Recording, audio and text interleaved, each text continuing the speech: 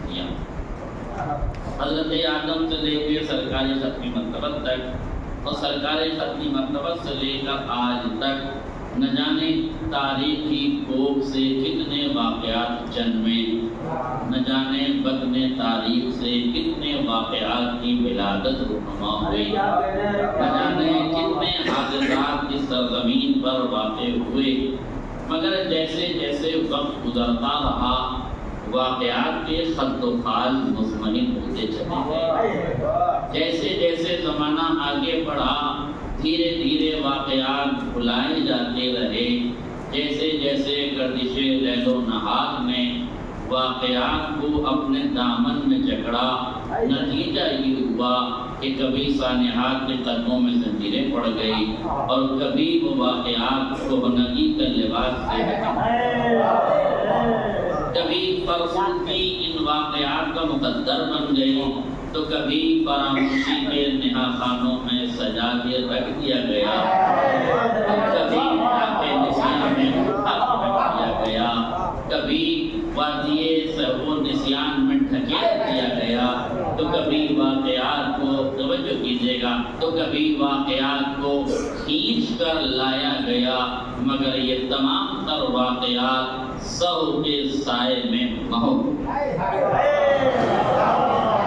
دھیرے دھیرے ہر واقعہ کم سے کم تر ختم سے ختم تر ہوتا چلا گیا، ایک زمانے تک واقعہ زباں زدے خاص و عام رہا، لیکن وقت کی رفتار نے ہر واقعے کو پیچھے چھوڑ دیا، وقت کی دیمک نے واقعے کے ہر ورق کو چاٹ دیا، ہر واقعے کو اختتام کی منزل میں ڈال کر اسے کہنا کر دیا، قدامت پسندی کا لباس پہنا دیا۔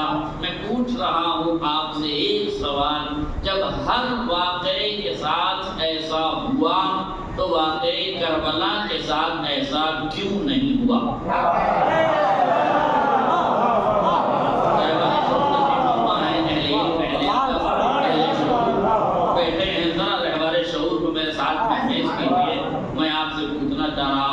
جب ہر واقعے کے ساتھ ایسا ہوا تو واقعے کربلا کے ساتھ ایسا کیوں نہیں ہوا؟ جبکہ واقعات کو آگے بڑھانے کے لیے دولتیں اپنا کام کرتی ہیں، سرحدیں اپنا کام کرتی ہیں، سلطنتوں کے ستون اپنے کاندھوں پہ اٹھاتے ہیں، ذل الہی کے زیر سایہ واقعات لکھے جاتے ہیں، لکھنے کا انداز دستاویزات کی شکل کا ہے، طریقہ کار یہ ہے کہ بکا ہوا مورخ بلایا جاتا ہے، ضمیروں کو خریدا جاتا ہے، قلم کو خریدا جاتا ہے، اور قلم کیسے بکتے ہیں اگر آج بھی نہ سمجھ میں آئے تو کب سمجھ میں آئے گا؟ زمین کیسے خریدے جاتے ہیں اگر آج بھی سمجھ میں نہ آیا تو کیسے سمجھ میں آئے گا؟ ایک جملہ آپ کی پاکیزہ سماعتوں کی عدالت میں رکھنا چاہتا ہوں، اس دور میں مسلمان کو کربلا سمجھانا ہمارے لیے بہت بہت آسان ہو گیا ہے۔ ایک لفظ کہنا چاہوں گا امت مسلمہ کے باضمیر افراد سے کہ کربلا سمجھنے کے لیے مجھے صرف دو جملے کہنے دیجیے، اگر اب بھی آپ کربلا نہیں سمجھ پائے تو کب سمجھیں گے؟ دیکھیے غور کیجیے گا، 1400 سال سے اب تک ہم تاریخ پڑھ رہے ہیں، لفظ بدلوں تو کنایا ہو جائے، آج تک کی تاریخ پڑھنے کے بعد اور آج تک کو دیکھنے کے بعد بچے سمجھ جائیں، آج تک کی تاریخ پڑھنے کے بعد آج تک کی تصویر دیکھنے کے بعد اگر آپ بھی نہ سمجھے کہ نسل بنی امیہ حقیقت کو افسانہ کیسے بناتی ہے، صداقت کو قسم کا لباس کیسے پہناتی ہے، ضمیر کیسے خریدتی ہے، افراد کے چہرے کو کیسے مس کرتی ہے، کردار کشی کیسے کی جاتی ہے، اب اگر آج کا میڈیا سمجھنے پڑھنے دیکھنے کے بعد بھی کوئی مختار کو نہ سمجھے، کوئی مسلم کو نہ سمجھے، کوئی حبیب کو نہ سمجھے، کوئی جان کو نہ سمجھے، تو پھر ایسی عقلوں پر سوائے لعنت کے اور کچھ نہیں ملے۔ سب کچھ آپ اپنی آنکھوں سے دیکھ رہے ہیں، کیسے جھوٹ پروسا جا رہا ہے، کیسے سچائی کا گلا گھونٹا جا رہا ہے، کیسے بانیان انقلاب کو بدنام کیا جا رہا ہے، کیسے تلوے چاٹنے والوں کے سر پہ تاج رکھا جا رہا ہے، جنہوں نے لہو چوسا تھا آج وہ لہو کے رکھوالے ہو گئے، جنہوں نے لہو پلایا تھا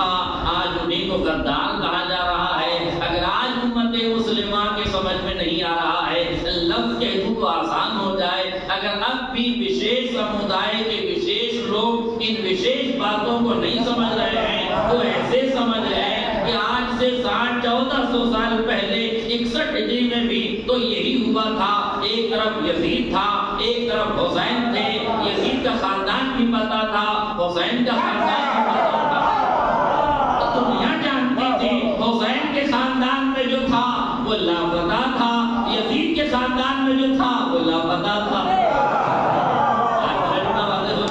سب جانتے تھے یزیدی خانوادہ کون سا ہے، حسینی خانوادہ کون سا ہے، لفظ بدلو نمازیوں کا خاندان کون سا ہے، شرابیوں کا خاندان کون سا ہے، ایمان والوں کا خاندان کون سا ہے، بے ایمان لوگوں کا خاندان کون سا ہے، ایمان کو پروان چڑھانے والوں کا خاندان کون سا ہے، اور نفاق جن کے سینے میں پنپ رہا ہے ان کا خانوادہ کون سا ہے.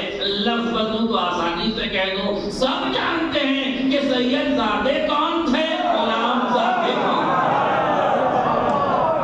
اب بھی اگر امت غلام زادے میں سید زادے میں فرق نہ کر پائے تو میں کیا کر سکتا ہوں. اب بھی اگر امت کے سمجھ میں نہ آئے تو میں کیا کر سکتا ہوں. جب سارے حالات دیکھنے کے بعد آپ کے سمجھ میں آ رہا ہے کہ نہیں کہ ملک میں خون کس نے دیا تھا، اب خون کس کا بہایا جا رہا ہے، انقلاب کے ہیرو کون تھے، اب زیرو کو ہیرو کیسے بنایا جا رہا ہے، اب سب کچھ آپ دیکھ رہے ہیں کہ نہیں. اب مجھ سے پوچھتے ہیں کہ مولانا آج کل تو سب کو سمجھ میں آ رہا ہے، تو پھر میں پوچھ رہا ہوں کل کیوں نہیں سمجھ میں آ رہا تھا؟ کیا دنیا کو نہیں معلوم تھا؟ جملہ سنیے، کیا دنیا کو نہیں معلوم تھا کہ یزید ہندا کا بیٹا ہے، حسین حمزہ کا بیٹا ہے؟ کیا حمزہ کا بیٹا اور ہندا کا بیٹا برابر ہو سکتے ہیں؟ کیا رسول کا بیٹا اور معاویہ کا بیٹا برابر ہو سکتا ہے؟ کیا نسل عمران اور نسل سفیان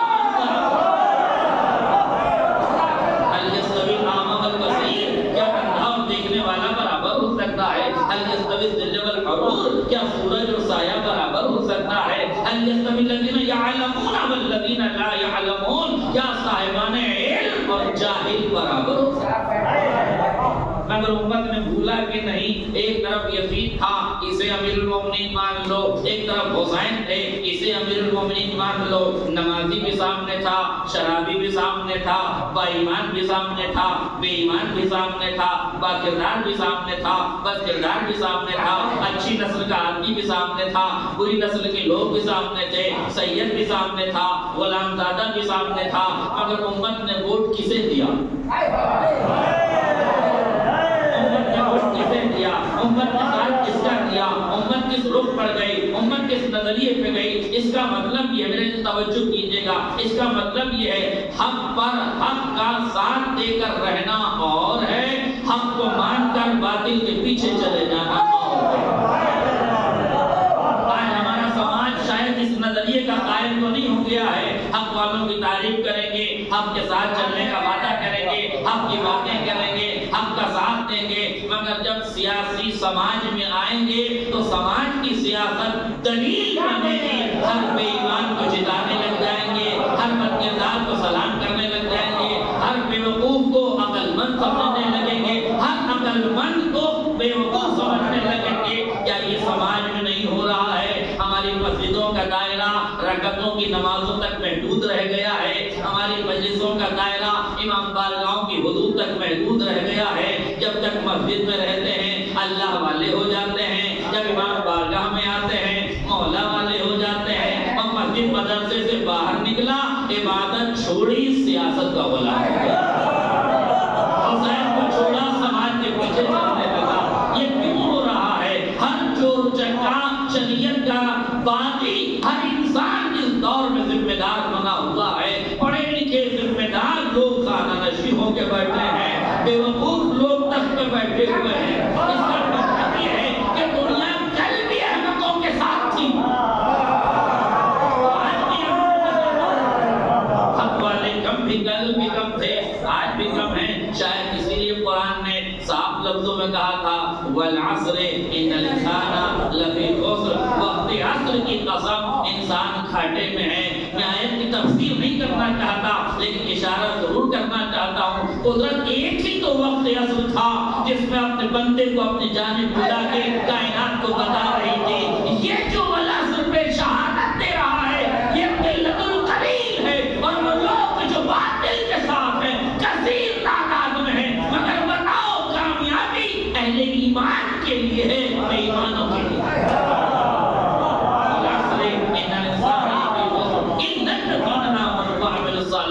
یہی وہ قطار ہے جو عمل صالح کی ہے، یہی وہ قطار ہے جو ایمان کی ہے. بے ایمانوں کا شجرہ بھی واضح ہے، بے ایمانوں کا شجرہ بھی واضح ہے، ایمانداروں کا شجرہ بھی واضح ہے. امت کو اختیار تھا نمازی کو مانو یا شرابی کو مانو، پر مانا کس نے کس کو یہ آپ کو بھی پتا ہے. آج بھی دنیا کے سامنے مثالیں ہیں، آج بھی دنیا کے سامنے یہ مثالیں موجود ہیں. قاسم سلیمانی عراق کی سرزمین پر قتل کیے جاتے ہیں، شہید کیے جاتے ہیں، ان کا نمازی ہونا ثابت ہے. ڈونلڈ ٹرمپ نے قتل کیا ہے، اس کا شرابی ہونا ثابت ہے. مگر عجیب ہے امت مسلمہ کی چھ حالت، نمازی کو مانتے نہیں، شرابی کے تلوے چاٹ، نمازی کو مانتے نہیں، شرابی کے تلوے چاٹ رہے ہیں. اس کا مطلب یہ ہے کہ شرابیوں کو جتانا آج کی رننیتی نہیں ہے، آج کی راجنیتی نہیں ہے. یہ بغض آل محمد میں کی جانے والی سیاست بڑی پرانی ہے.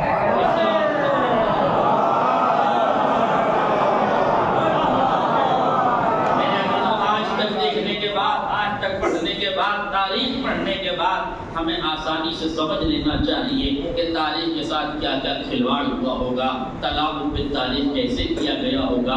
آج ہماری نظروں کے سامنے جھوٹ کو سچ بنایا جا رہا ہے، سچ کو جھوٹ بنایا جا رہا ہے. برا نہ مانے تو جملہ کہنا چاہتا ہوں، آج ہمارے سامنے زناکاروں کو سمانت کیا جا رہا ہے، بد کرداروں کا سمان کیا جا رہا ہے، ان کے گلے میں برمالا ڈالی جا رہی ہے، کردار خوشی کی جا رہی ہے. آج امت مسلمہ کے دل میں ایک درد ہے، ایک درد ڈوبتا ہے، ایک بھوک اٹھتی ہے. اٹھنی بھی چاہیے کہ بد کرداروں کو سمانت کیوں کیا جا رہا ہے، کردار بد کردار لوگوں کا احترام کیوں کیا جاتا ہے. مگر امت مسلمہ کاش تو نے اپنی تاریخ میں نظر ڈالی ہوتی، اپنے طاقت کے ذوق میں جو حرکتیں تو نے کی ہیں وہ نہ کی ہوتی تو شاید تیرے سامنے نہ آتا.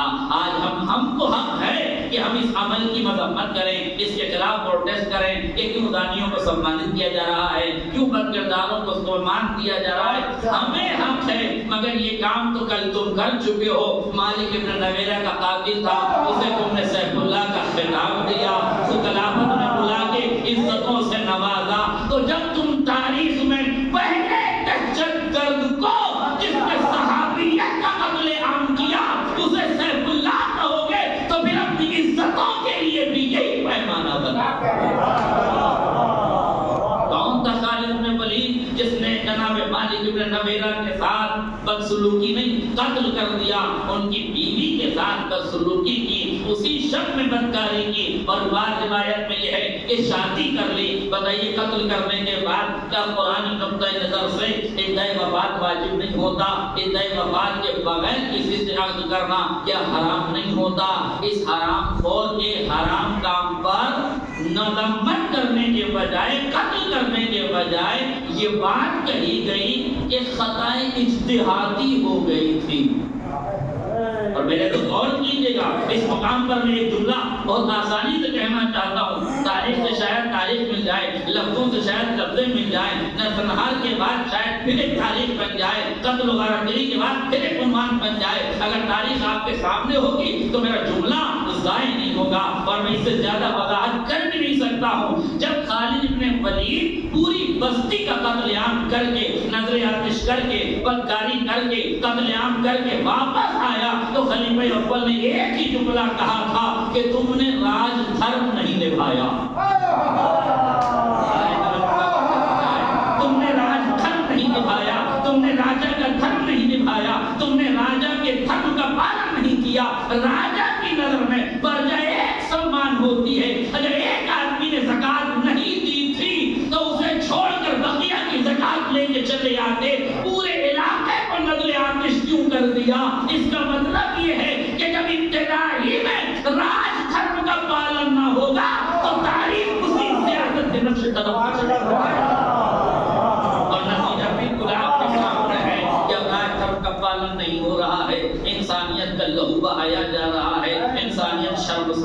رہی ہے، جرأتوں کا زمانہ ہے، اظہار محبت کا زمانہ ہے۔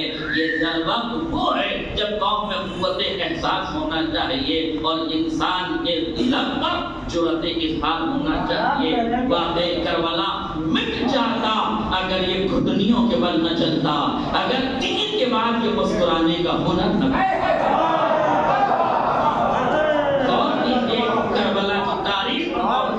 اس انقلاب پر غور کیجئے، اس ریولوشن پر غور کیجئے اور یہ جملہ یاد رکھیے گا۔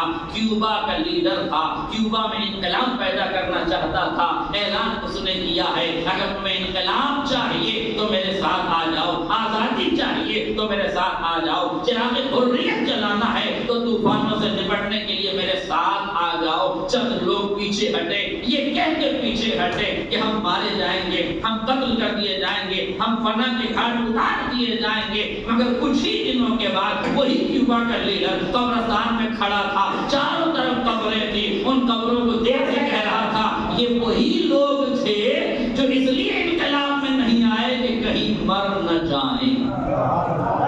کیا موت نے انہیں چھوڑ دیا؟ کیا اجل کے پنجوں میں یہ نہیں آئے؟ کیا دست اجل سے فرار ممکن ہو گیا؟ تو موت تو آنا ہے، اب یہ تمہارے ہاتھوں میں ہے کہ بزدلی کی موت مرو گے تو احمق کہے جاؤ گے، بہادروں کی موت مرو گے تو شہید کہے جاؤ گے۔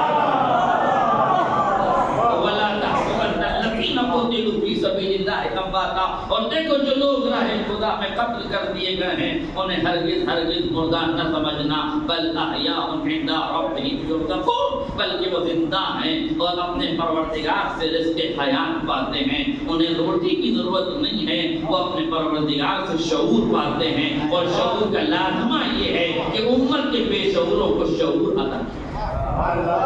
یاد رکھیے گا، تیل سے جلانے والے چراغ طوفانوں کی زد میں آ کے خاموش ہو جاتے ہیں، مگر لہو سے جلائے جانے والے چراغ طوفانوں کے سینوں پر طوفانوں کے سینوں پر روشنیاں پیدا کرتے ہیں، وہ بجھائے نہیں جاتے، ان کا خاتمہ نہیں کیا جاتا۔ تو یاد رکھیے گا، واقعات کے قدموں میں زنجیریں ڈالی جاتی ہیں، مگر جب ذل سبحانی کے زیر نظر تاریخ لکھی جائے، جب ملوکیت کے سائے میں تاریخ لکھی جائے، جب بادشاہت کے دست نگر تاریخ لکھی جائے، جب لکھنے والا زمین فروش ہو، لکھنے والا بکا ہوا ہو، تو کیفیت یہ ہے کہ چاندی کے اوراق سجائے جاتے ہیں، سونے کا قلم استعمال کیا جاتا ہے، ہیرے کے جگر سے روشنائی لائی جاتی ہے تاکہ تاریخ لکھی جائے، تاریخ باقی رہ جائے۔ مگر دنیا جانتی ہے کہ چاندی کے اوراق کی چمک ماند پڑ جاتی ہے، سونے کے قلم بک جاتے ہیں، سو جاتے ہیں، ہیرے کا جگر ٹوٹ جاتا ہے۔ ووٹوں سے، نوٹوں سے ووٹ تو خریدے جا سکتے ہیں، ضمیر نہیں خریدے جاتے،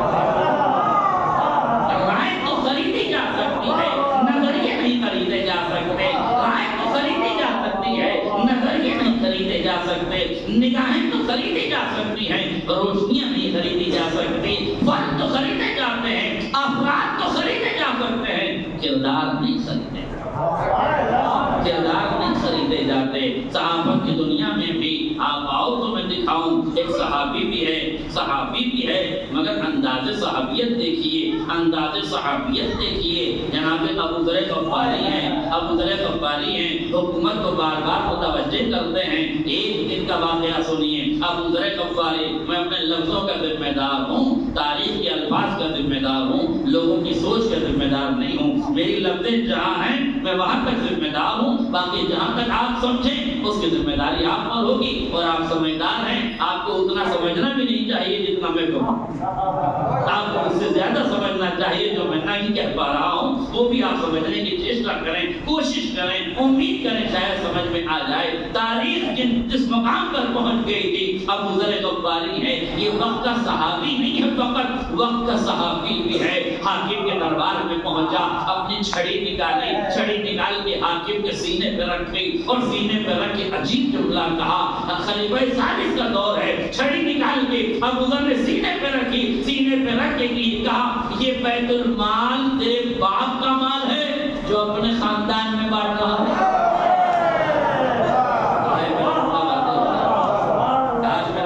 ہو جاتا کیا کہا، حکومت کے سینے پہ چھڑی رکھ کے کیا کہا، اچھا جو جملہ کہہ دوں آپ سمجھ جائیے. کتنا آسان تھا ابو ذر کے لیے یہ کہنا حکومت سے جا کر، کتنا آسان تھا ابو ذر کے لیے خلافت ثالثہ سے یہ جا کر پوچھ لینا حضور اتنا کام آپ کرتے کیسے ہیں.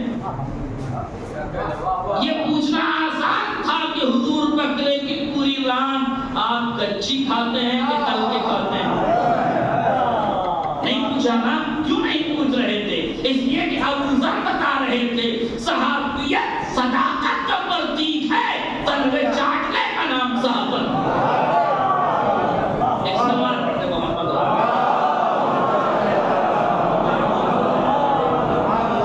لہذا واقعات کو آگے بڑھایا جاتا ہے.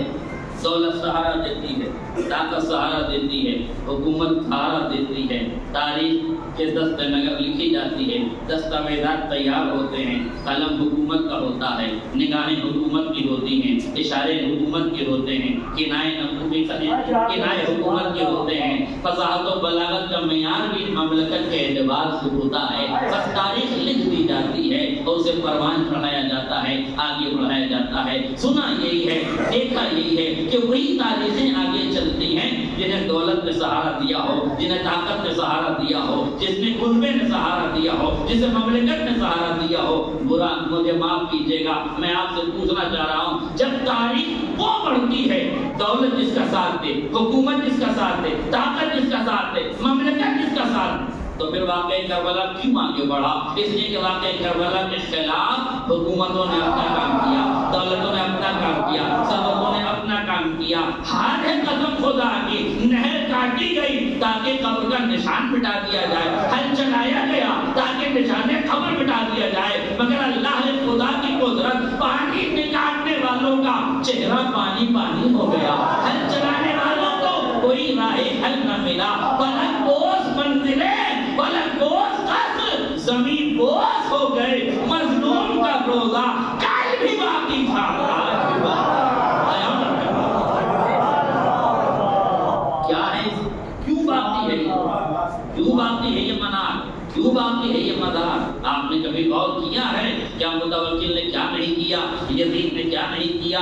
بنی امیہ کا سب سے ذلیل ترین بادشاہ یزید، بنی عباس کا سب سے ظالم ترین بادشاہ متوکل، دونوں کی عداوت کی خصلت یہ رہی، اس نے حسین کو مٹانا چاہا، اس نے قبر حسین کو مٹانا چاہا، مگر دنیا بتائے حسین کو مٹانے والا کہاں گیا؟ قبر حسین کو مٹانے والا.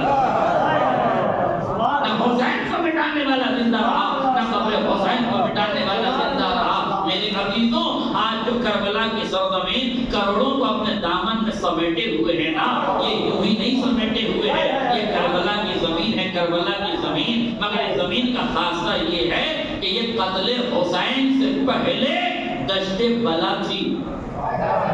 آج میرا جملہ واضح ہے، یہ امام کی شہادت سے پہلے یہ خاک بلا تھی. جو نبی گزرا، کسی کا پیر ٹوٹا، کسی کا انگوٹھا ٹوٹا، کسی کی پیشانی پھٹی، کسی کا ہاتھ ٹوٹا، کوئی کیسے گرا، کوئی کیسے گرا.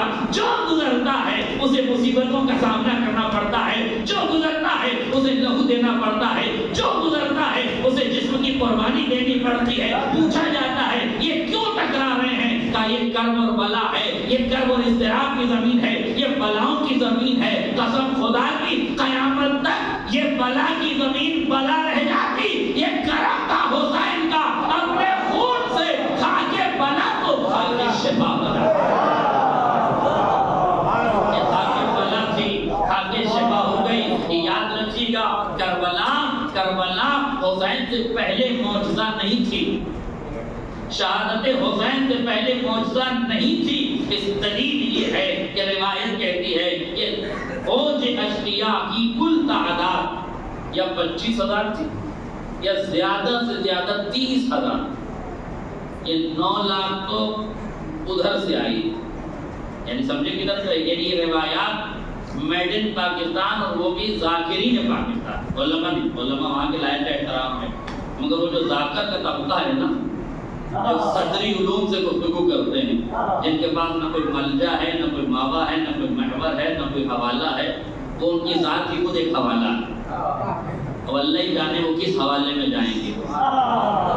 جب ان سے حوالہ مانگا جائے گا تو کیا ان کے حوالات ہوں گے اور کس کس کے حوالات کیے جائیں گے؟ انہوں نے 9 لاکھ تک پہنچا دی. بعض علماء نے کہا کہ 9 لاکھ نہیں ہو سکتی، اس لیے کہ کربلا کی زمین میں اس وقت اتنی وسعت نہیں تھی کہ 9 لاکھ کو اپنے دامن سمیٹ سکے. 9 لاکھ کو اپنے دامن میں سمیٹنے کی صلاحیت جس زمین میں نہیں تھی، پھر تجربہ تو نہیں ہے. شہادت حسین سے پہلے جو زمین 9 لاکھ کو سمیٹنے کے لائق نہیں تھی، وہ شہادت حسین کے بعد 9 کروڑ کو اپنے دامن میں کیسے سمیٹ رہی تھی؟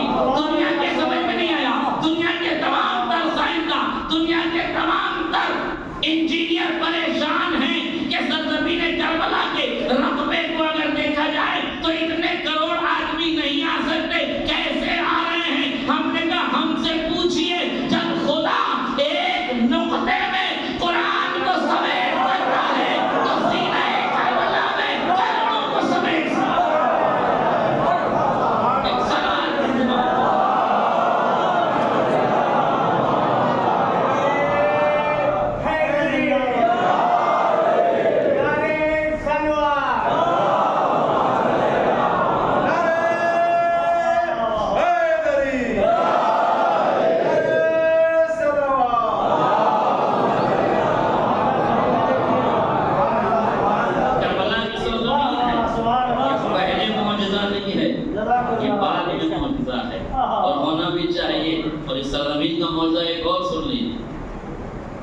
سعودی میں ایک صاحب حج کے لیے گئے.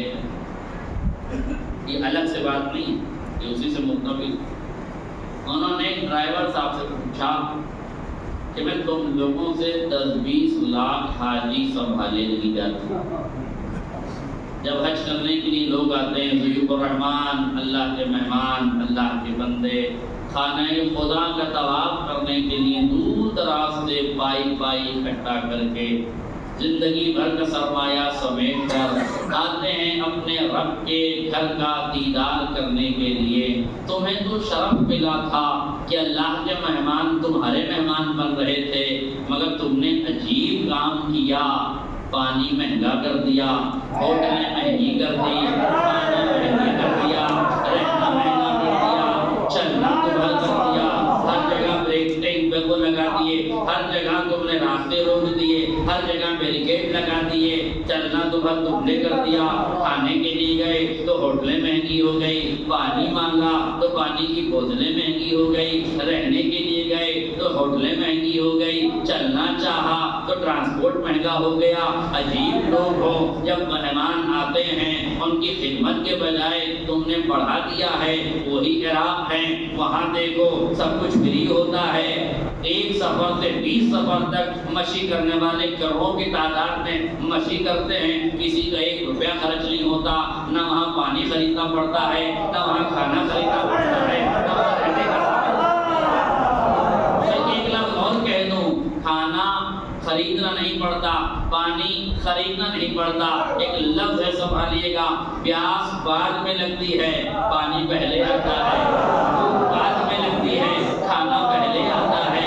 رہنے کی ابھی سوچا نہیں ہوتا ہے، لوگ دروازہ کھول کے پہلے کھڑے ہوتے ہیں. آخر وجہ کیا ہے؟ وہ کروڑوں کو سنبھال لیتے ہیں، تم سے 10-20 نہیں سنبھالے جاتے. اب جملہ سنیے، وہ ڈرائیور کہہ رہا تھا کہ حضور والا بات کو سمجھنے کی کوشش کیجئے.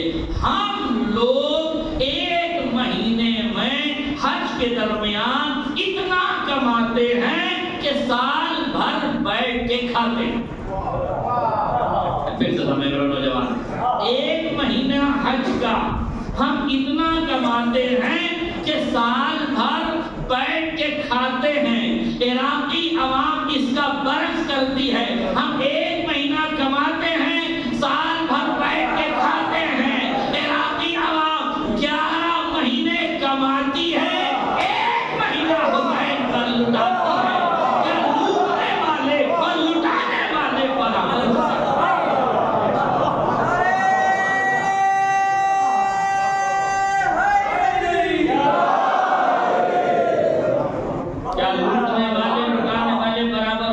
ہیں؟ صاحب زیارت کر کے مشی سے واپس آ رہے ہیں، پوچھئے گا ان سے مشی کے دوران پانی خریدنا پڑا تھا، مشی کے دوران کھانا خریدنا پڑا تھا، مشی کے درمیان رہنے کے کوئی پیسے دینے پڑے تھے؟ میرے تو جملہ یاد رکھیے گا، یہ دنیا کی واحد زمین ہے کربلا، ہر جگہ کھانے والا کھا کے شکریہ ادا کرتا ہے، کربلا میں کھلانے والا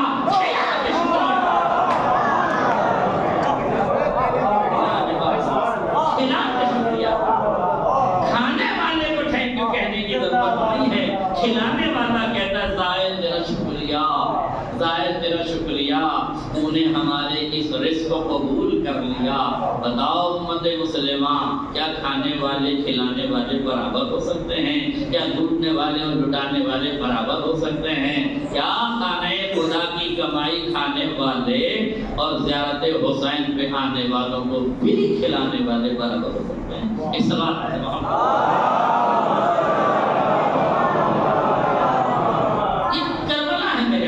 عجیب سرزمین ہے کربلا، یہ معجزوں کی سرزمین ہے کربلا۔ میں خود پچھلے سال مشی میں گیا تھا، اس لیے یہ لفظیں میری اپنی خطابت کی لفظیں نہیں ہیں، میرے جذبات کی لفظیں نہیں ہیں، میرے مطالعے کی لفظیں، میرے مشاہدے کی لفظیں، میرے دل کی پکار ہی ان لفظوں میں، میری آرزو اور تمنائیں ہی ان لفظوں میں۔ یہ لفظ خطابت کا لباس ضرور پہنے ہوئے ہیں، لیکن وہ حقیقت پر مبنی ہے کہ جو میں نے اپنی آنکھوں سے دیکھا ہے۔ آپ جائیے، میں آپ سے گزارش کروں گا کہ زندگی میں کچھ کیجیے یا نہ کیجیے، ایک بار مشی ضرور کریں، ایک بار کربلا ضرور جائیں۔ یہ نہ سوچیے کہ ہم 3 دن پیدل چلیں گے، کیسے؟ سوچنے والے کبھی نہیں چلتے، سوچ ہی نہیں کیسے چلیں گے۔ جب وہاں جائیں گے اور دیکھیں گے کہ کیسے کیسے لوگ کیسے کیسے چلتے ہیں، تو پھر سوچنے کی ضرورت نہیں پڑے گی، پیچھے پیچھے چلو گے اور چلتے چلے گے۔ جب تم دیکھو گے کہ پیر کٹا ہوا ہے مگر چل رہا ہے، جب تم دیکھو گے کہ آنکھوں میں روشنی نہیں ہے مگر چل رہا ہے، جب تم دیکھو گے کہ چل نہیں پا رہا ہے مگر چل رہا ہے، تو پھر تمہیں احساس ہوگا اللہ کی دی ہوئی ان نعمتوں کا، پھر تم چلنے لگو گے۔ اور ہاں، جب جانا مشی میں تو یہ خیال سے جانا کہ یہ زیارت کا سفر ہے، سیاحت کا سفر نہیں، یہ زیارت کا سفر ہے، سیاحت کا سفر نہیں ہے۔ اگر مصیبتیں آئیں تو بیان مصیبت میں جلدی نہ کر بیٹھنا۔ آج ہمارے ساتھ سب سے بڑی پریشانی ہے، کچھ لوگوں کو ہوٹل نہیں ملی، تھوڑی دیر کے لیے پریشانی ہو گئی، انہوں نے فوراً ویڈیو بنائی، وائرل کر دی، تھوڑی دیر کے بعد پتہ چلا کہ وہ معاملہ سدھر گیا تھا، مگر پوری سوشل میڈیا پر بدنام کر دیا گیا۔ آپ سوشل میڈیا پر اپنی ایک بات نہیں ڈالتے ہیں، اپنی قوم کی بدنامی کا پورا چٹا بناتے ہیں۔ اس لیے ہر آدمی کی ذمہ داری ہے، اگر یہ چینل کے مادھیم سے لوگوں تک بات پہنچ جائے تو زیادہ بہتر ہے۔ کربلا جائیے، آسائشوں میں زیارت کرنا کوئی کمال نہیں ہے، اور تمہیں معلوم ہونا چاہیے آج جتنی آسائشیں تمہارے لیے ہیں، یہ سب آسائشیں ان زائرین کے لہو کا صدقہ ہے جنہوں نے قربانیاں دے کے زیارت کی۔ پوچھیے شعراء کرام سے، علماء اعلام سے، اہل علم سے پوچھیے کہ جب زیارت کے لیے زائرین جاتے تھے تو متوکل نے کیا اعلان کیا تھا؟ اگر ایک آدمی جا رہا ہے تو اس کا ایک ہاتھ کاٹ دو، ہاتھ کٹوا کے لوگ جانے لگے، ایک ہاتھ ایک پیر کاٹ دو، پھر بھی لوگ جانے لگے، کہنے لگا ماؤں کی گود میں بچوں کو مار دو، پھر بھی جانے لگی خواتین، کہنے لگے 2 لوگوں کو بھیجو، ایک سے کہو قتل کیا جائے گا، ایک سے کہو زیارت کرنے جائے گا۔ جو قتل ہو رہا تھا وہ کہہ رہا تھا میں شہید ہوتا ہوں، تو جا حسین کی زیارت۔ یہ جو تم زیارت کے لیے آج جا رہے ہو نا، یہ تم اپنی دولتوں کے اصول پہ نہیں جا رہے ہو، یہ زینب کی تمناؤں کی قبولیت پہ جا رہے ہو۔ یہ ثانی زہرا کی تمنا تھی کہ تم زیارت کے لیے آنا۔ يمسكون علما لهذا الطفل لا يندرس اثره ولا يمر اسمه يرجعون اليه الخلائق، یہ يرجعون اليه الخلائق 11 محرم کو کہے جانے والا جملہ ہے جو سید سجاد کی آنکھوں میں آنکھیں ڈال کے جناب زینب نے کہا تھا ایک دن آئے گا جب اس جٹیت میدان میں تیرے بابا کے نام کا علم دس ہوگا، اسے دھسایا نہیں جا سکتا، اس کے رسم الخط کو مٹایا نہیں جا سکتا، اور کائنات کی پاکیزہ ترین زمینیں اسی تحریک پر جھکتی ہوئی نظر آئے گی۔ اگر آج کربلا میں وہ نسلیں بھی دکھ رہی ہیں جن کے باپ دادا نے ملکوں میں انقلاب لایا تھا، تو یہ نسلیں جا نہیں رہی ہیں، وہ نذرانہ پیش کر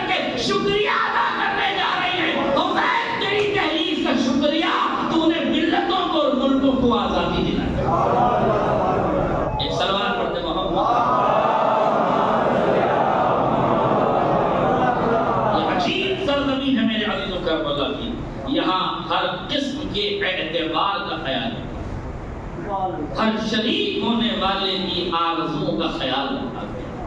یہاں حالات کو دیکھ کر خیالات کو ناپا گیا، یہاں لب و لہجے کی حرکت سے فکر و نظر کا آئینہ اتارا گیا، یہاں الفاظ کے پیرائے میں چھپے ہوئے مقاصد کو سمجھا گیا، یہاں چشم و ابرو کے اشاروں نے بھی اخلاص کی بانی بولی ہے، اخلاص کا عنوان قائم کیا ہے۔ ایک غلام ہے، حبش کا رہنے والا ہے، پہلے ابو ذر کا غلام تھا، ابو ذر نے اپنے غلام کو امام حسین کو ہدیہ کیا، امام حسین نے اس غلام کو اپنے بیٹے سید سجاد کو ہبہ کر دیا، سید سجاد کی خدمت میں رہا تھا، سید سجاد نے کہا جان تو میری طرف سے ہدیہ بن کے چلا جا۔ اب جب گیا ہے حسین نے کہا میں نے تجھے بیٹے کے لیے رکھا ہے، تجھے اجازت کیسے دوں؟ عجیب انداز ہے، قسم خدا کی شہادت کے پیمانے کو پی لینے کا انداز کوئی چون سے سیکھا، جامع شہادت کو نوش کرنے کا انداز دیکھیے، قسم خدا کی ہے غلام مگر کھڑا ہے حریت کے شہنشاہ کے ڈاکوں میں، ہے غلام مگر کھڑا ہے آزادی زمین کا پیغام دینے والے انسان کے سامنے۔ جان نے حسین کی آنکھوں سے آنکھیں ملائی، ایک مرتبہ نظریں جھکائی، جھکا کے اپنی غلامی کے احساس سے کمتری کا اظہار لفظوں میں کر بیٹھا، کہنے لگا آپ اس لیے اجازت نہیں دیتے کہ میرا رنگ سیاہ ہے؟ ذرا غور کیجئے، میں مسائل کی باتیں جو فضائل لانا چاہتا ہوں، مولا اس لیے اجازت نہیں دے رہے ہیں۔ امام نے کلیجے سے لگا دیا، وہ جان کیسی باتیں کرتا ہے، تجھے یہ احساس کمتری کیسے ہو گیا؟ تحریر حسین پر آنے والے اس طرح کے احساس میں مبتلا نہیں ہوتے، مگر تاریخ تیرے ان کلموں کو اگر اپنے دامن میں جگہ دے دے گی تو پھر حسین کا کرم بھی دنیا کو دکھانا ضروری ہے۔ آج بلا جملہ واضح ہو جائے، یہ جملہ کہا تھا نا مجھے اس لیے اجازت نہیں دیتے کہ میرا رنگ سیاہ ہے۔ تاریخ کہتی ہے جب جان زین سے زمین پر آیا، دنیا سمجھ رہی تھی زمین پر آیا، حسین نے زانوں پہ رکھ کے بتایا یہ زمین نہیں ہے، عظمتوں کا ہمالیائی پروت ہے،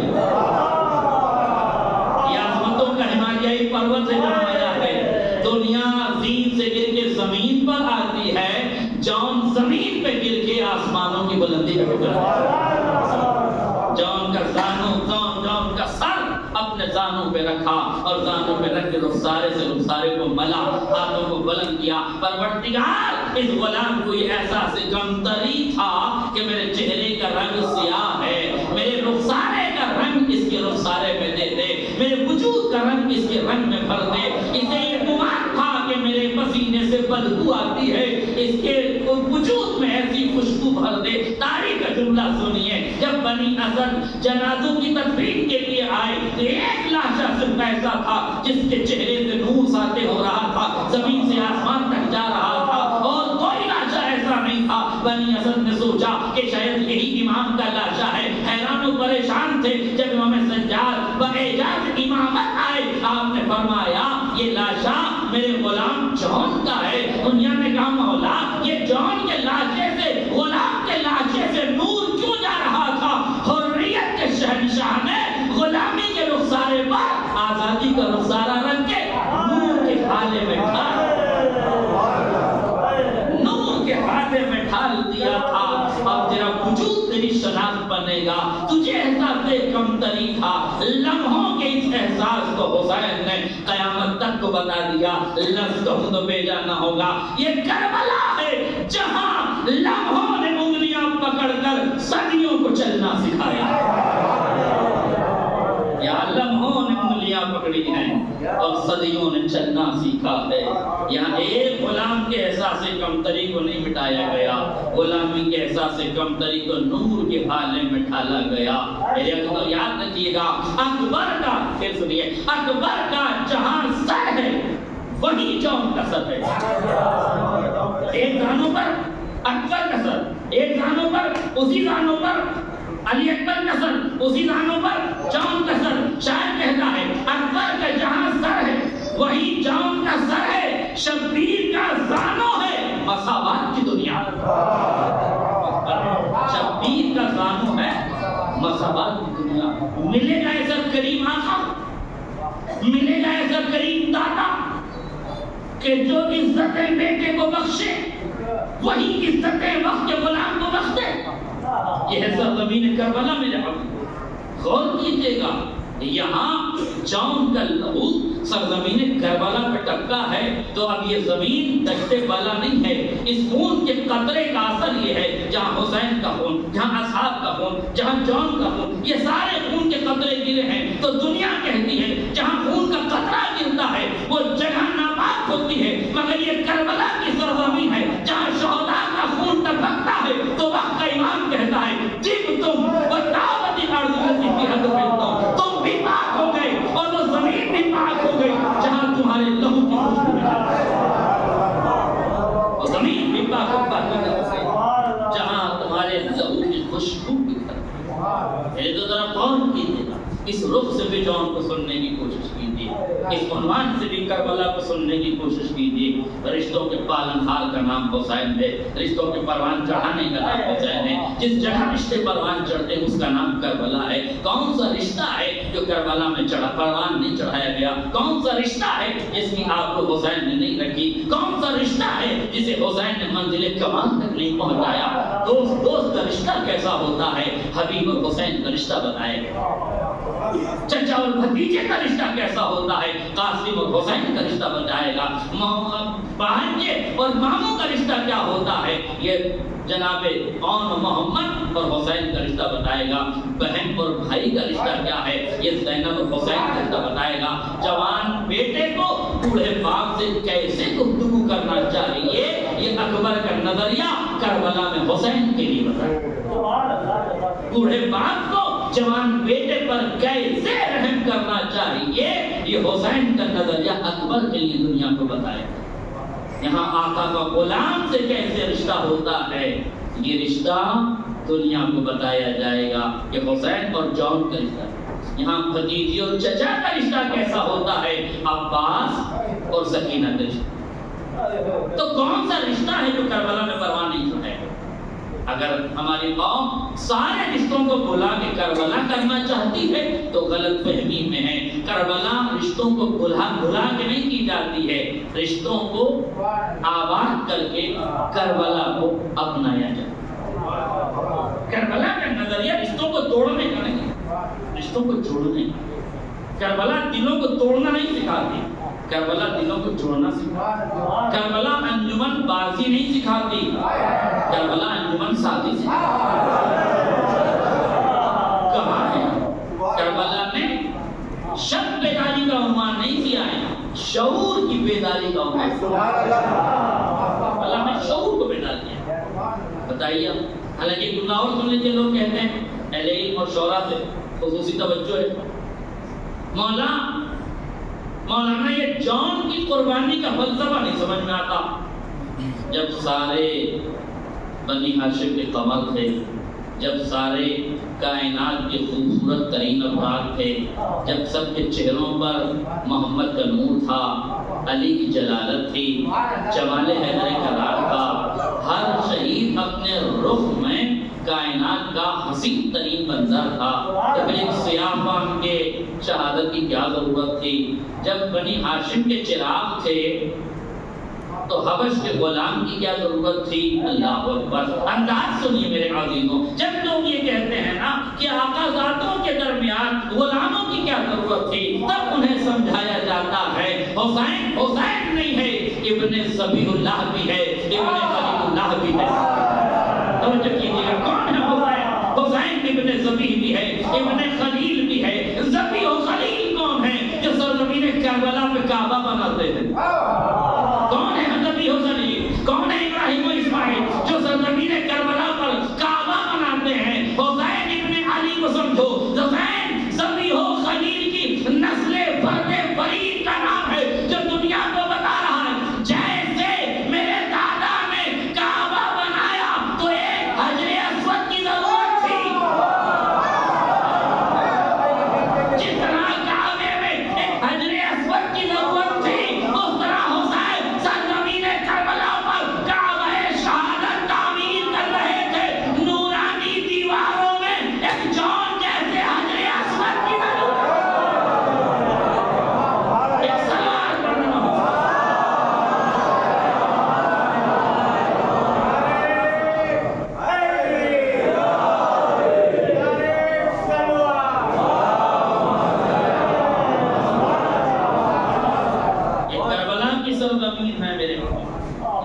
حسین نے اپنے لہو کے ہر قطرے کو استعمال کیا ہے، ہر قطرے سے انسانیت کے لیے مشعل راہ ہدایت۔ حسین ابن علی نے اپنے خون کے کسی بھی قطرے کو ضائع نہیں کیا، بلکہ لفظ کہہ دوں تو آسان ہوگا، یہ خون کے قطرے جب خاک پر گرے تو خاک شفا کہلائے، اور جب خاک کے ذروں سے اڑ کر آسمان پر گئے تو شفق کے ماتھے پہ سجائے، یہ شفق کے ماتھے پہ سجا دیے گئے، اس لیے اس خاک کو خاک شفق کہا جاتا ہے۔ لیکن لوگوں کے سمجھ میں نہیں آتا، مولانا صاحب یہ خاک شفق کیسے ہے؟ اچھا عجیب مصیبت ہے، ہزاروں سال گزرنے کے بعد آب شفا سمجھ میں آتا ہے؟ آب شفا، زمزم کا پانی دلی سے بھی خرید لیں تو شفا ہو جاتی ہے۔ میں نے حاجی جی سے پوچھا حضور یہ آب زمزم تو شفا ہے، مگر یہ زمزم والا آب شفا ہے نا، یہ دہلی کے کنویں والا تھوڑی ہے، یہ تو خالی بوتل بدلی ہے، پانی تھوڑی بدلا۔ کہنے لگے مولانا نسبتیں اثر انداز ہوتی ہیں،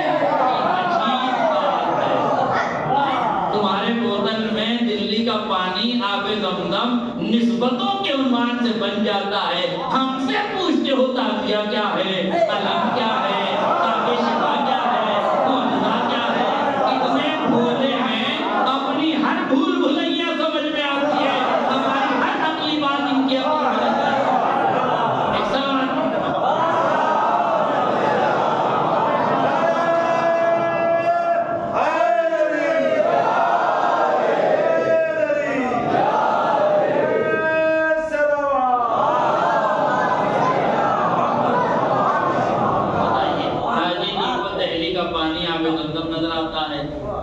زمزم کے بعد اس میں شفا نظر آتی ہے، اور ہم بھی نسبتوں کی اور خاک شفا کی نسبت ہم بہتر طریقے سے، اور دلیل سن لیجیے خاک شفا کے نسبت کی دلیل۔ جب پیغمبر اسلام نے جناب ام سلمہ کو امام حسین کی ولادت پر واقع کربلا کی خبر دی تو جناب ام سلمہ نے پوچھا مجھے کیسے پتا چلے گا؟ تو آپ نے کہا جبریل بتاؤ کیسے پتہ چلا، حکم رب ہوا، جبریل جاؤ کربلا کی ایک خاک اٹھاؤ اور یہ خاک پیغمبر کو دو۔ جبریل نے خاک اٹھائی، پیغمبر کو دی، پیغمبر نے خاک لی اور جناب ام سلمہ کو دی، کہا اسے ایک شیشے میں بند کر کے رکھ دو، جب تک یہ خاک خاک رہے گی سمجھنا حسین زندہ ہے، جب یہ خاک خون میں بدل جائے سمجھنا حسین شہید ہو گئے۔ ایک جملے میں جواب دیجئے، جب نبی نے جبریل کے ذریعے سے خاک اٹھائی تھی اس وقت اس خاک میں حسین کا لہو تھا یا نہیں؟ اس وقت لہو تھا کہ نہیں؟ آپ کہیں گے حسین پیدا ہوئے ہیں، ابھی حسین کی شہادت کہاں ہوئی؟ تو شہادت نہیں ہوئی تھی مگر سرزمین سے خاک اٹھائی گئی کہ نہیں؟ جب شہادت ہوئی نہیں تھی، لہو پہنچا نہیں تھا، تو یہاں اس خاک میں اثر کیوں پیدا ہوا؟ نسبت کا اثر ہوتا ہے۔ اب اس سے بڑی دلیل کوئی نسبت کے اثر کی ہو سکتی؟ اور میری طرف سے نہیں ہے، پیغمبر کی طرف سے، اور پیغمبر کا عمل سنت ہے کہ نہیں؟ تو نسبتوں کا احترام سنت پیغمبر ہے، اور نسبتوں کے احترام کا انکار کرنا سنت پیغمبر سے انکار کرنا۔ پھر بھی سمجھ میں نہیں آتی، اچھا آپ شفا سمجھ میں نہیں آتی، اور قرآن سے دلیل دیجیے شفا کیسے ہو سکتی ہے، خاک میں کیسے شفا ہو سکتی ہے؟ خاک کو ایسے لوگوں کے منہ پر جنہیں خاک شفا کی عظمت کا یقین ہے۔ میں نے کہا چلیے آپ کو قرآن کافی ہے نا، آپ کے لیے تو بڑی پریشانی ہے، آپ کو ہر بات قرآن سے سمجھانی پڑتی ہے، چلیے قرآن سے سمجھ لیجیے۔ قرآن کہتا ہے شہد کے لیے قرآن مجید میں ایک لفظ آیت سمجھو، فیہ شفاء للناس، کیا شہد میں لوگوں کے لیے شفا ہے، سوا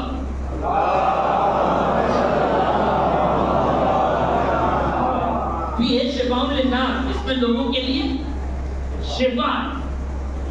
یہ شہد ہے کیا؟ جملہ سنیے، اہل ادب بیٹھے ہوئے ہیں، ان سے توجہ چاہوں گا خصوص. شہد ہے کیا؟ کلیوں کے کلیجے سے نکالا ہوا کلیوں کے کلیجے سے نکالا ہوا لہو، یاسوب کے دہن سے نکلا ہوا لعاب. جب مل گیا تو شہد بن گیا. جب یہ شہد بنا تو خدا نے شفا بنا دیا. امت مسلمہ، کلیوں کے کلیجے کا لہو اگر شفا ہو سکتا ہے، گلشن فاطمہ کی کلیوں کا لہو اگر یعقوب کے دہن کا لعاب شفا ہو سکتا ہے، تو یعقوب الدین امیر المومنین کے دہن کا لہو. حیرت ہے امت پر کہ کلیوں کے کلیجے سے چھپا ہوا لہو شفا حال میں آتا ہے. خاک شفا کا شفا یاب ہونا سمجھ میں نہیں آتا. اور ایسی نادان کلیوں نے بھی جنہیں آپ نادان سمجھتے ہیں مگر اتنے دانا تھے قسم خدا کی. جس عمر میں تمہارے بچے نادانی کی لفظ یاد کیے جاتے ہیں، وہاں فہرست کربلا میں جسے نادان سمجھا جاتا ہے وہ سب سے بڑا دانا نظر آتا ہے.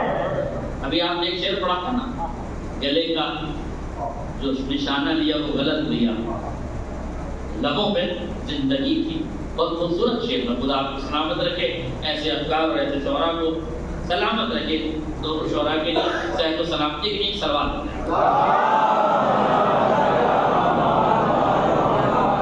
باب الحوائج کے حوالے سے آپ نے شعر کا یہ جملہ مرتبط ہے. امام حسین کے چھوٹے سے بچے کی نادانی جس زمانے میں ہوتی ہے اس زمانے میں ہم علی اصغر کی دانائی دنیا کو غور کیجیے. دانائی مشہور روایت ہے اور جہاں تک آپ نے سنی ہے، دو شعراء بیٹھے ہوئے ہیں، میں اس سے آگے کی بات کرتا ہوں. یہ ان کے لیے شعر کے لیے ایک نئی راہ ہوگی. میں نے اس رخ سے شاید کسی نے پیش انجو بھائی نہیں کیا ہے. اور یہ فکر کے اجالے ہیں جو کچھ ہے تحریر سیدہ سے جو آنکھوں سے لگا کے سرمے کی جگہ استعمال کیا ہے، تو آنکھوں کی آنکھیں کھلی ہیں اور یہ کچھ سمجھ میں آنے لگا.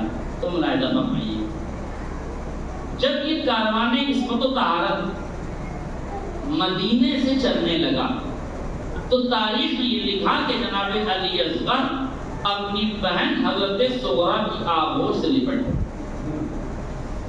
مائیں آئی نہیں گئے، پھوپھیاں آئی نہیں گئے، چچا آئے نہیں گئے، بھائی آئے نہیں گئے، بھتیجے آئے نہیں گئے. جتنے عزیز رشتے دار بلا سکتے تھے علی اصغر کو سب نے بلایا، پر جناب علی اصغر نہیں آئے. اور آخر میں امام حسین نے بلایا اور آگے کی روایت پڑھی جاتی ہے. یہاں تک آپ نے سنی ہے. اب میں یہاں سے ذرا سا علماء اور شعراء کرام تشریف فرما ہے، ان کی اجازت سے چشم تصور میں بارگاہ باب الحوائج میں پہنچا. ننھے ننھے قدموں سے اپنی معصیت کار آنکھوں کو ملا تاکہ عصمت کے قدموں سے معرفت کا شرف مل جائے. رہبار شعور کو مہمیز کیا، دستے سوال طلب دراز کیا، اپنے سوال کو دراز کیا، دستے طلب پھیلایا. کاسے علم میں علم کی بھیک لینے کے لیے میں منبر سلونی کے بیٹے کی بارگاہ میں پہنچا اور میں نے یہ خواہش کی، مولا آپ کو کربلا جانا ہی تھا تو آپ ماں کی آغوش میں رہ کر کربلا کیوں نہیں گئے؟ مدینے سے ہی ماں کی آغوش میں چلے جاتے. یہ اس پورے واقعے کی ضرورت کیا تھی کہ آپ صغرا کے دامن سے لپٹ جائیں، بہنیں آئیں آپ نہ جائیں، بھائی آئیں آپ نہ جائیں، پھوپھیاں آئیں آپ نہ جائیں، چچا آئیں آپ نہ جائیں، شخصیتیں آئیں آپ نہ جائیں. مولا آخر آپ کو جانا ہی تھا تو مادر گرامی کی آغوش کا انتخاب کیا جاتا، اپنی ماں کے ساتھ کربلا چلے جاتے.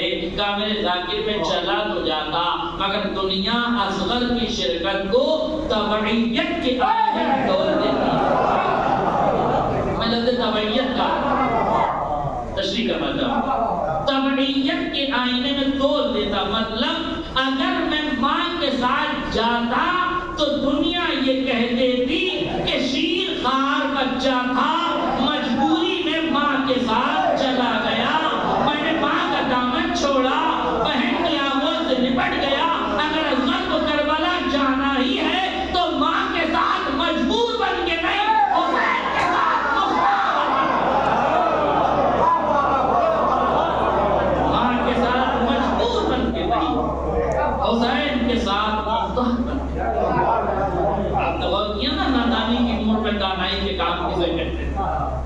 یہ ہے وہ شعور کے منزل جہاں عصمت کے لب و لہجے کو پہچاننے والے، عصمت کی جبین اقدس میں اجازت کی کرن کو پانے والے، لب و لہجے کی متانت سے عصمتوں کو سمجھنے والی ذات ملاحظہ فرمائیے۔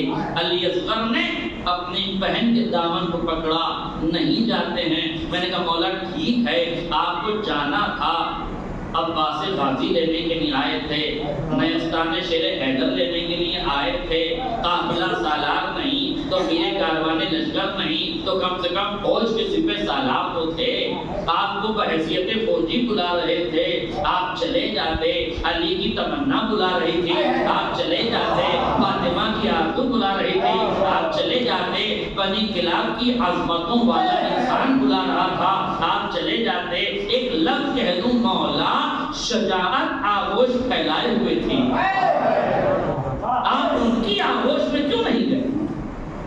مولا چلیے شجاعت میں آغوش پھیلائے، آپ نہیں گئے۔ شبیہ پیغمبر حضرت علی اکبر، آپ کے بھائی بھی، علی بھی، اکبر بھی، ایک لفظ اور کہہ دوں، شباہت مصطفی دامن پھیلائے، شباہت مصطفی دامن پھیلائے تھی، آپ چلے جاتے، آپ شجاعت مرتضوی میں نہیں گئے، شباہت مصطفی میں نہیں گئے، تو قاسم سبز قبا پیراہن صلح پھیلائے ہوئے آپ کو بلا رہے تھے، تمنائے حسن کی آغوش میں چلے جاتے، تکمیل آرزو شہادت ہو جاتی، مگر آپ شباہت کی آغوش میں نہیں جاتے، شجاعت کی آغوش میں نہیں جاتے، دامن صلح و سفر میں نہیں جاتے، دامن صلح و امن میں نہیں جاتے۔ مولا آپ کو لینے کے لیے شریک کار مقصد حسینی عقیلہ بنی ہاشم میرے کارواں محافظ ولایت حضرت زینب علیہ مقام حکمت کی آغوش پھیلائے ہوئے، آپ شجاعت کی آغوش میں نہیں جاتے، آپ شفاعت کی آغوش میں نہیں جاتے، آپ حسن مجتبیٰ کے لال کی آغوش میں نہیں جاتے، آپ حکمت کی آغوش میں نہیں جاتے۔ جناب ام کلثوم اولاد نہیں ہے مگر عفت کی دامن کو پھیلائے ہوئے ہیں، عفت آپ کو بلا رہی ہے، نہیں جاتے، خاندان بنی ہاشم کی عظمتیں آپ کو بلا رہی ہیں، آپ عظمت کی آغوش میں نہیں جاتے، حکمت کی آغوش میں نہیں جاتے، شجاعت کی آغوش میں نہیں جاتے، شباہت کی آغوش میں نہیں جاتے، مولا کسی کی آغوش میں کیوں نہیں جاتے؟ کہا مجھے انتظار تھا عصمت کے انتخاب کا، مجھے انتظار تھا عصمت کے انتخاب کا، مجھے وقت کا امام معین کرے تو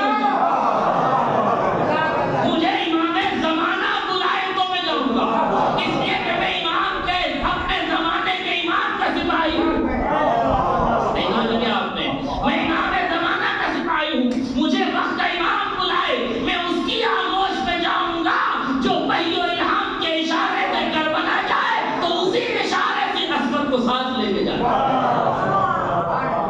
اس لیے انتظار تھا عصمت کی آغوش کا، معصوم وقت بلائے، امامت کی منزل پر فائز شخصیت بلائے، اور جیسے ہی امام نے کان میں کچھ کہا آپ چلے گئے۔ مولا علی اکبر کی گود میں کیوں نہیں گئے؟ قاسم کی گود میں کیوں نہیں گئے؟ عباس کی گود میں کیوں نہیں گئے؟ تو میری عمر اس وقت 18 تھی، 18 دن کی تھی، 28 رجب کو چھوڑا، 10 رجب کو پیدا ہوئے، 28 رجب کو نانا کا مدینہ چھوڑا، تو 28 رجب اور 10 رجب میں کتنا فاصلہ ہے؟ آپ کا حساب تو مجھ سے اچھا ہے، 18 دن ہوئے نا؟ بولیے 18 دن ہوئے، میری عمر 18 دن کی تھی، اگر مجھے آغوش ہی میں جانا ہے تو ان کے ساتھ کیوں جاؤں جن کی ردیف میں ہوں؟ اور آسان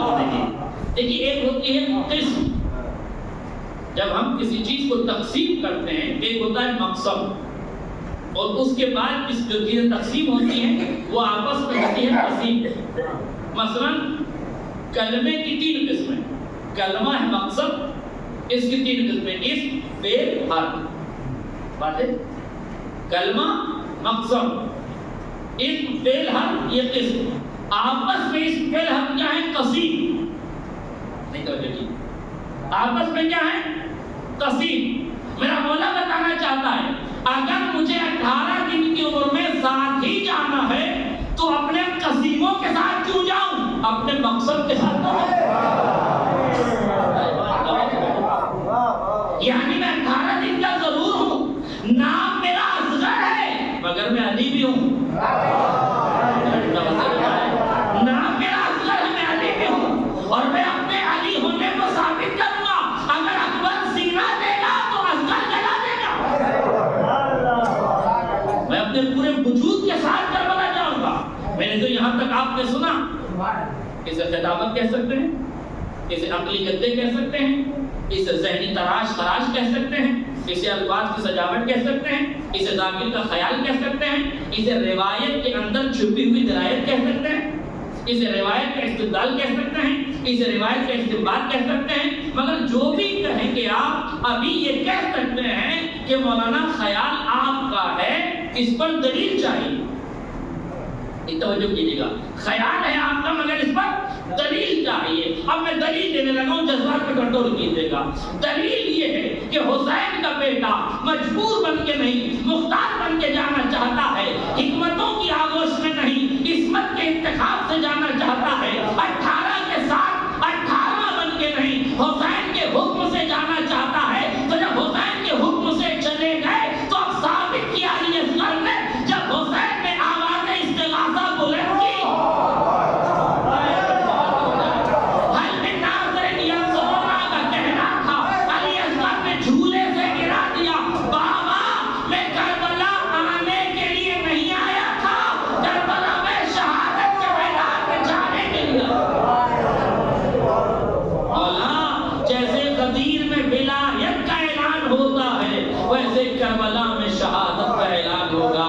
وہ دادا کے علی جن کے سر پہ تاج کرامت ولایت سجایا گیا، ہم کربلا کے علی اصغر ہیں، ہمارے ماتھے پہ تاج کرامت شہادت سجایا گیا۔ ہم تیار ہیں، ہم اس منزل پر آنے کے لیے تیار ہیں۔ کربلا ہے میرے عظیم دستہ، یہاں سرزمین عقل و خیر کی سرزمین، ہوش و شعور کی سرزمین، راہ ہدایت چلنے والوں کے لیے مشعل راہ ہے۔ اس کربلا سے کبھی غداری نہ، اس عزاداری کے ساتھ کبھی بے وفائی نہ، اس عزاداری کے ساتھ کبھی بھی بے وفائی نہ۔ کسی چودھری کو، ملا کو، ذاکر کو، خطیب کو، شاعر کو، انجمن کو، وائس کو، میر صاحب کو، چودھری کو، دولت مند کو، پیسے والے کو، قطعاً کسی ذاکر کو، خطیب کو یہ گھمنڈ نہ ہو کہ مجلسیں ہم سے چل رہی ہیں، مجلسیں ہم سے چل رہی ہیں، ہم نہ کریں گے مجلس نہ ہوگی، ہم جلوس نہ نکالیں گے تو جلوس نہ نکلے گا، میں یہ نہ کروں گا تو یہ نہ ہوگا، ہم یہ نہ کریں گے تو یہ نہ ہوگا۔ اس غلط فہمی میں کبھی نہ جینا، یہ مجلسیں تم سے نہیں ہیں، تم ان مجلسیں۔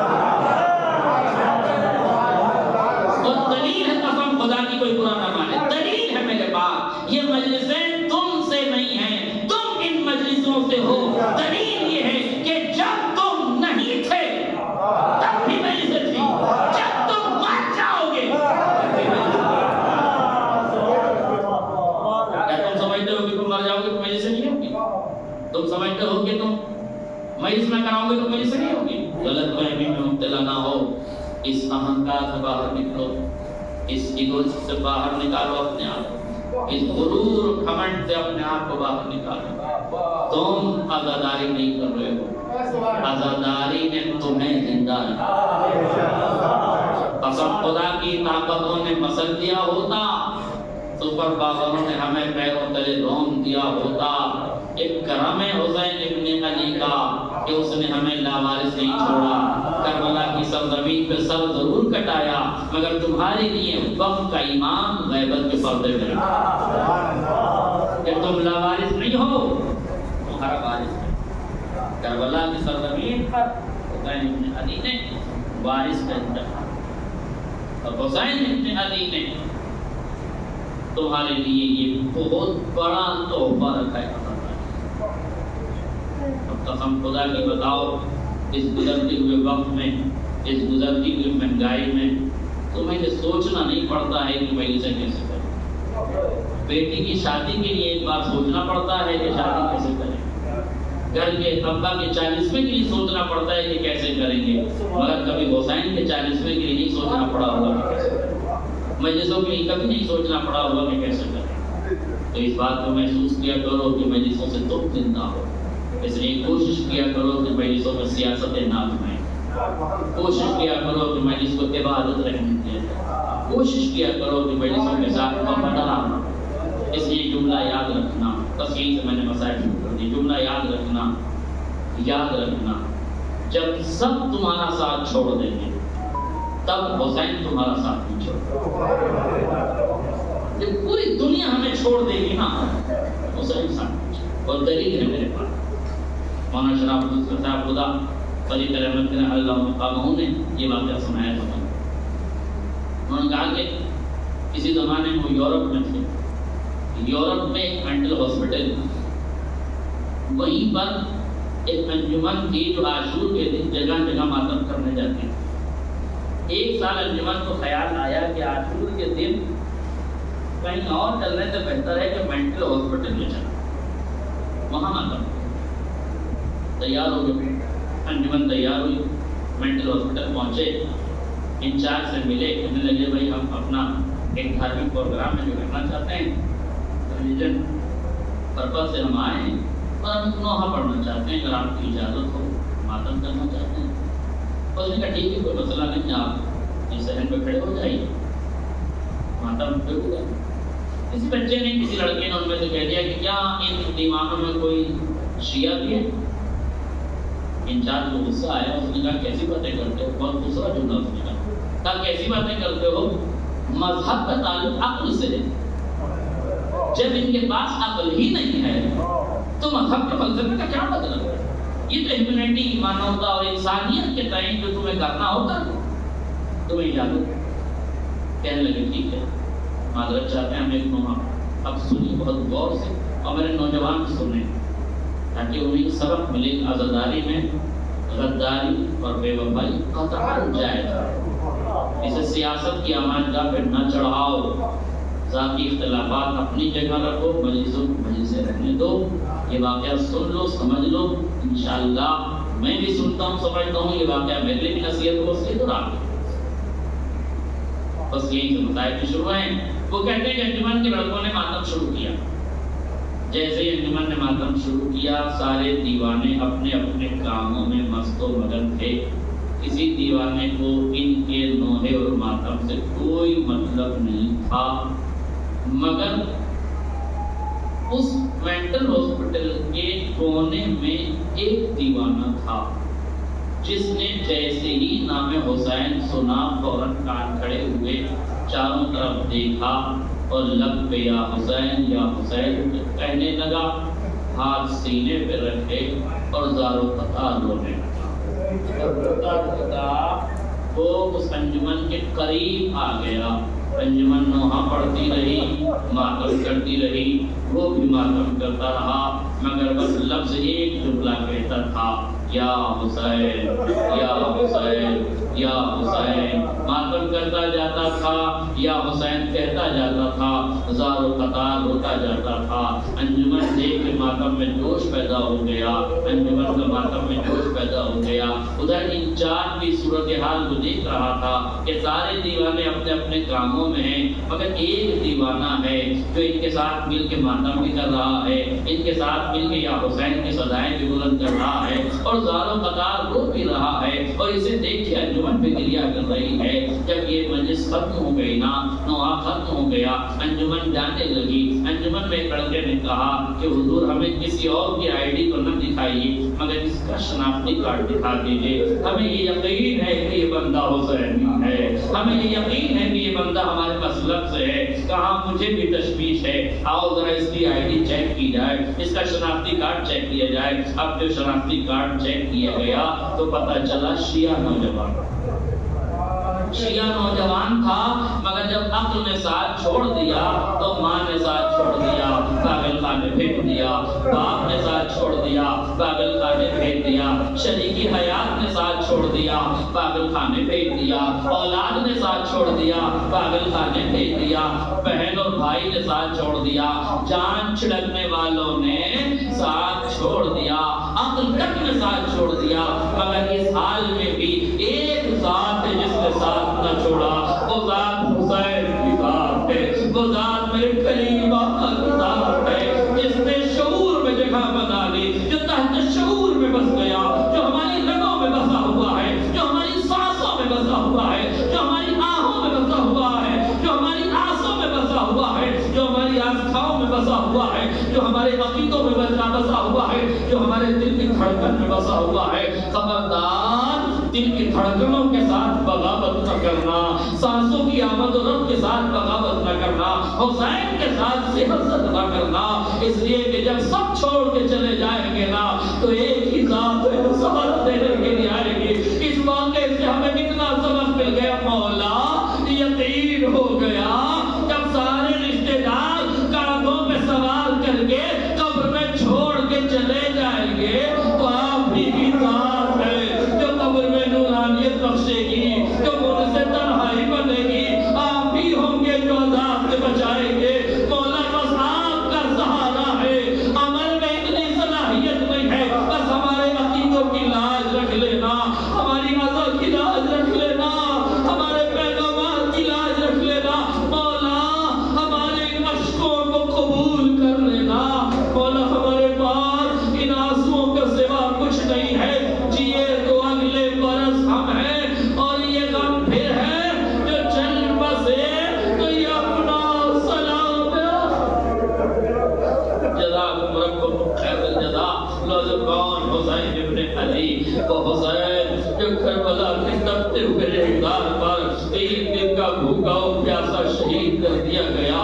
روایت کہتی ہے حسین ابن علی نے وہ حملہ کیا کہ فوجیں بھاگنے لگی، ایک وقت وہ آیا، حسین نے نیام میں تلوار کو نیام میں رکھا، بھاگی ہوئی فوجیں سمٹی۔ تاریخ کہتی ہے چاروں طرف سے حسین پہ حملہ ہونے لگا، جیسے جیسے حسین پہ تیر آتے تھے ویسے ویسے حسین ان تیروں کو نکالتے جاتے تھے، جو آگے کا تیر ہوتا تھا آگے سے نکالتے تھے، جو پیچھے سے تیر آتے تھے انہیں پیچھے سے نکال دیتے تھے، جو بازوؤں کا تیر ہوتا تھا اسے تیر نکالتے جاتے تھے، تیر بے وقت ہوتا جاتا تھا۔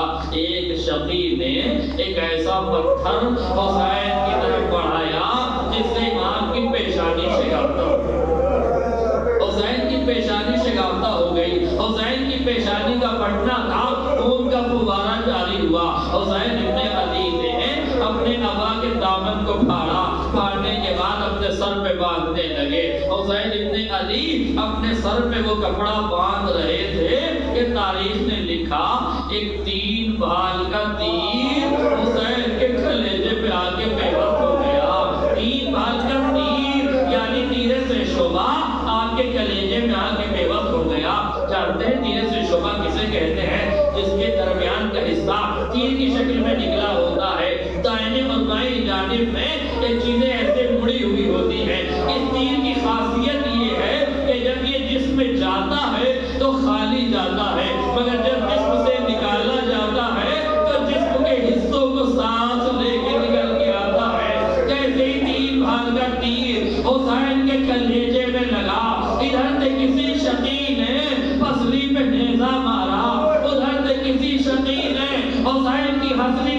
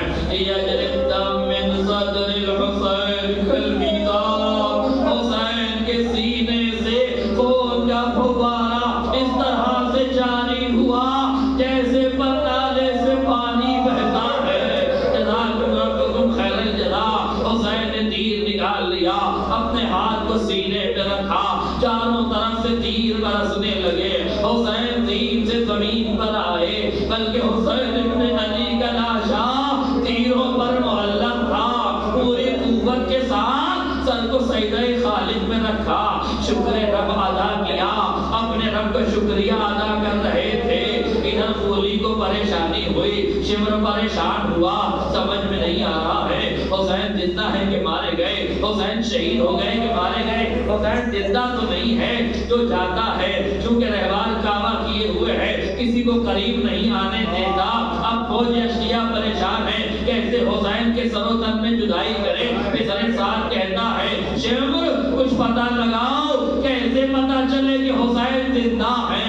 ارے شمر نے ایک سیاست کھیلی، ایک ترکیب نکالی، کہتا ہے پسر سعد حسین کے خیموں میں آگ لگا دو، بس اس آواز کا حسین کے کانوں میں پہنچنا تھا، پوری قوت کے ساتھ اپنی کوہنیوں کو زمین پر ٹیکا، سر کو اٹھایا، کہنے لگے شمر بے حیا، ارے تجھے غیرت نہیں، اگر تجھے اسلام کی غیرت نہیں کم سے کم عرب کی غیرت کا تو خیال رکھ۔ عرب کی غیرتیں گوارا نہیں کرتی کہ اس کے ناموس پر حملہ کیا جائے۔ ارے شمر کند خنجر لے کے چلا، حسین کے سینے پر بیٹھا، حسین کے سر و تن میں جدائی کی۔ تاریخ کہتی ہے برات کا پانی جیسے اچھلنے لگا، سرزمین کربلا کو جھٹکے آنے لگے۔ جناب زینب نے جناب سید سجاد کو اٹھایا، میرے لال کیا قیامت آ گئی۔ اے پھپھی اماں خیمے کا پردہ ہٹائی، اب جو ہٹا کیا دیکھا، نو کے نیزہ پر حسین کا سر، آواز دی السلام علیک یا ابا عبداللہ۔ اے پھپھی اماں ہم یتیم بن بھائی۔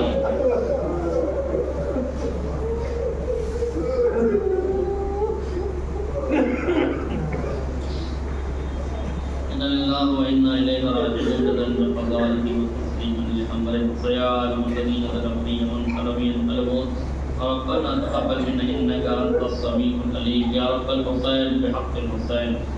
عشق صدر الحسین بظہور الحجہ کریم پروردگار ہونے والی آوازوں پر رحمتیں جنازوں کو مال زہرا میں جگہیں کریم پروردگار ملت تشیع کی حفاظت پر کریم پروردگار واسطہ محمد محمد کے عزت میں حسینی نائب تمام مومن مومنات کی حاجات شرعی و ضروریہ کو پوری کر، ان کے رزق روزی میں برکت عطا کر، جو بیمار ہیں ان کو شفاء کاملہ عاجلہ کریم پروردگار واسطہ محمد آل محمد کا ملک عظیم ہندوستان پر رحم و کرم نازل فرما۔ ملک عظیم میں ظلم کرنے والے ظالمین کو نصف و نابود، ملک عظیم میں دہشت پھیلانے والے دہشت گردوں کو نصف و نابود، ملک عظیم میں کی محبت کی فضا کو نفرت میں بدلنے والے اینکروں چینلوں کو نصف و نابود، ہمیں عذاب علیم کا مزہ چکھا کریم پروردگار جنت البقیع میں عالی شان روزہ تعمیر فرما۔ کریم پروردگار زائرین امام حسین کی زیارت کو قبول فرما، ان کی حفاظت فرما، مزارات مقدسہ کی حفاظت فرما، ہماری قوم کا دامن علم کے موتیوں سے لبریز فرما، جہالت کا خاتمہ فرما، آپس میں جو اتحاد کی توفیق عنایت فرما، ہر طرح کی دکھ بیماری بلا آفت مصیبت کو ہم سے دور فرما۔ کریم مالک اور امتحان نہ لے، یوسف زہرا امام زمانہ کے ظہور میں تعجیل فرما اور ہمیں ان کے امثال و آوان فرما۔ آپ حضرت سے گزارش ہے ایک مرتبہ سورہ حمد اور 3 مرتبہ سورہ اخلاص فرما۔ مرحوم اشفاق حسین نے مشتاق حسین مرحوم عیسیٰ بیگم بنت زباب سے مرحوم کے اوپر